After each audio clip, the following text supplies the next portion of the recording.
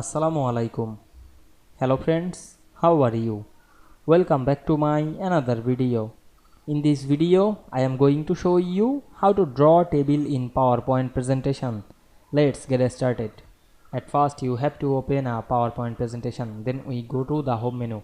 Select the new slide drop down menu and create a blank slide.